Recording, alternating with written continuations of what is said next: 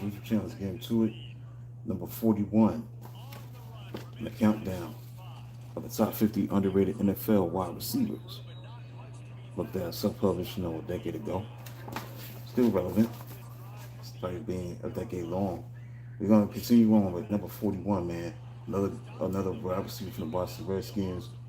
Keenan McCardle played for the Boston Redskins.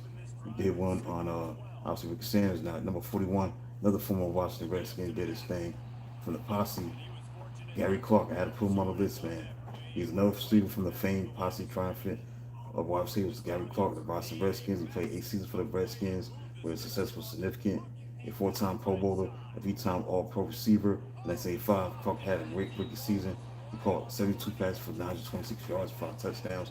Clark became one of the league's best receivers, a fan favorite with John Madden because of his toughness, big playability, as well as his instant block, made him a fixture on the All Madden team. A two-time Super Bowl champion, Clark overall was a part of NFL history. In 1989, he, along with Art Monk and Mickey Sanders, had over 1,000 yards seasons apiece. And then in Super Bowl 26, he kept played at a high level in the Super Bowl against the Buffalo Bills in Super Bowl 26. He caught 7 passes for 114 yards and 1 touchdown. And Gary Clark became the first wide receiver in NFL history to at least have 50 passes caught in his first 10 NFL seasons. He was the first wide receiver in NFL history to have at least 50 passes caught in his first 10 NFL seasons. He had 50 passes caught, 50 catches at least. So he was consistent year in, year out. And overall, Clark caught 699 passes for 10,856 receiving yards, including 65 touchdowns. I look like a Hall of Fame credential right there, but he's not in the Hall of Fame, unfortunately. So he definitely underrated, man. I remember Gary Clark very well in the 90s, man. When they go against the Giants and Cowboys, when that NFC East was a rugged division. And I had to put him on the list. You know what I'm saying? The things that he did for Washington when they were, a contender. A team that you had to deal with Joe Gibbs as the coach. He definitely was a playmaker of the highest sort.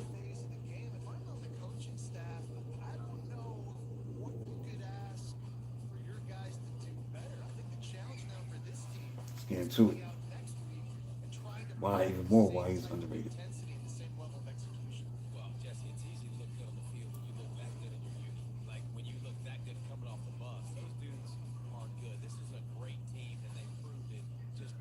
Let's get into it.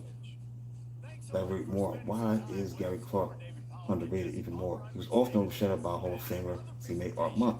They rack up traditional value stats. He played in a run-heavy, led protecting offense. He never led the league in receiving.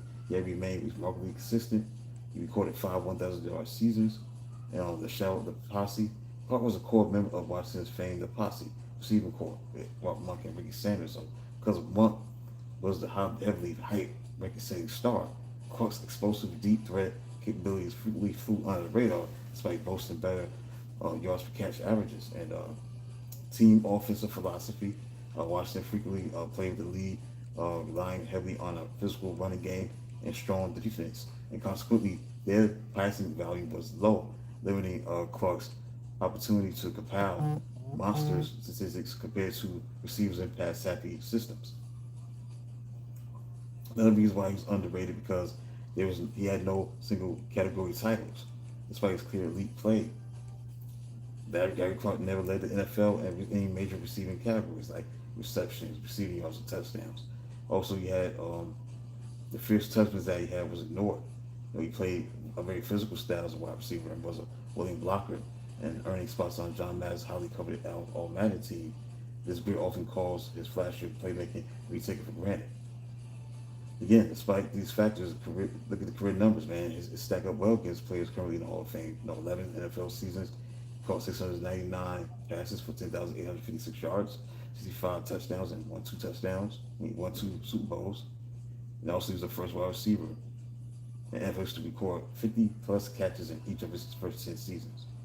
You know, not enough to get into Canton, unfortunately. He's not in the Hall of Fame. So, I don't know why. He should be, but he's not in.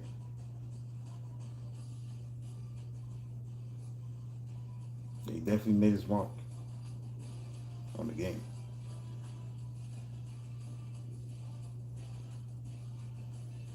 That's it, man. Look at Gary Clark on the underrated receivers from my book. There it is right here.